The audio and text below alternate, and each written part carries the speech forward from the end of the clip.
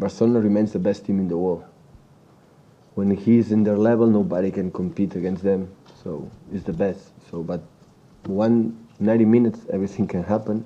And of course, in the Champions League, I said before, you are not able to make 90 minutes plus 90 minutes in the high level. Everybody can beat you, and everybody can say bye-bye.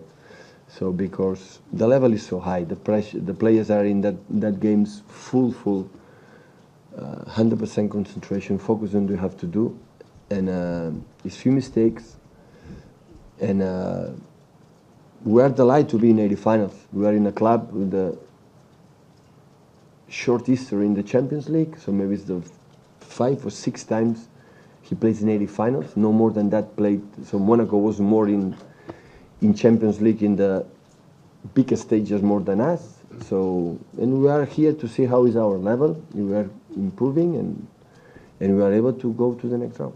I don't need a result like FC Barcelona to realize how good is the French football, how physical they are, how. So no, it's not necessary. My opinion about Monaco before the game of Barcelona and after the game of FC Barcelona remains the same.